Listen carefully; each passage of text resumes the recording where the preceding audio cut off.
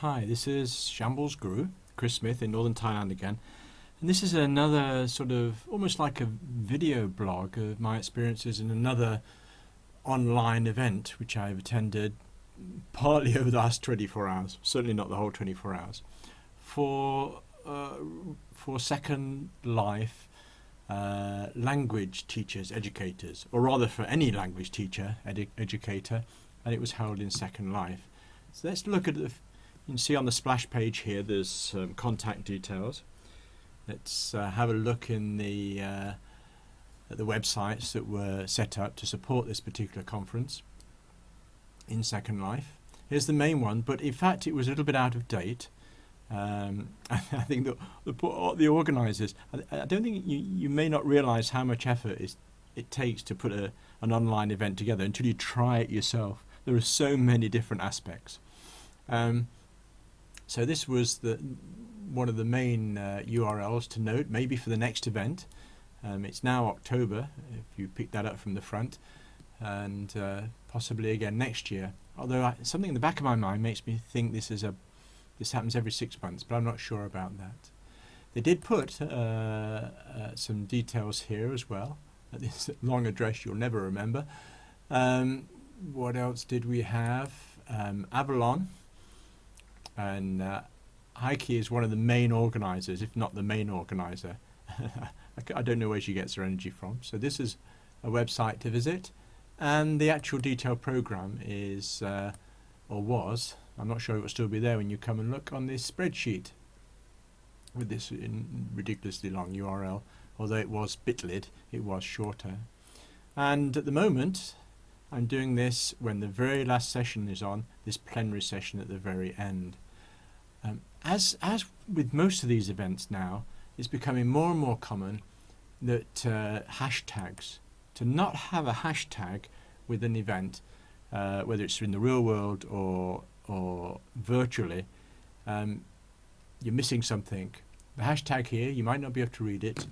It's SLANG 10. Always good to put the year in there. And you can see, well, you can go there now and check this out. TweetChat is one of my favourite clients for this. Let's have a look at the plenary that's going on at the moment. Now, one of the good things is, I think that many of these sessions, if not all of them, have been recorded. And therefore, it's a wonderful archive of materials. The problem is there's so much, is where do you find it? Where do you search? Can it just be picked up in Google? Well, the thing to do is to come to the website, and I'm not sure whether I've actually chosen the right website. There is a Ning somewhere. Oh, I think this might be the Ning, the website to come to for the archives. But certainly, if it's not, you could come here. Drop. I'm only smiling because I know she's such a heavily worked organizer. But contact Heike here, and she'll tell you where the archives are if they are not on this particular page. So let's just go back to see how the plenary is going. I just want to turn up the sound. We're not going to hear much of this. And do things, but all of those sorts of things are possible to do. So if people want to practice presenting at conferences or working with particular tools, that's exactly what that's aimed at.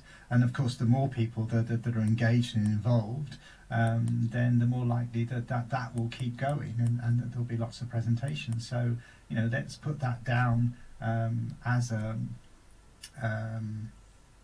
as something to do for the future. Yeah. So what are you saying there?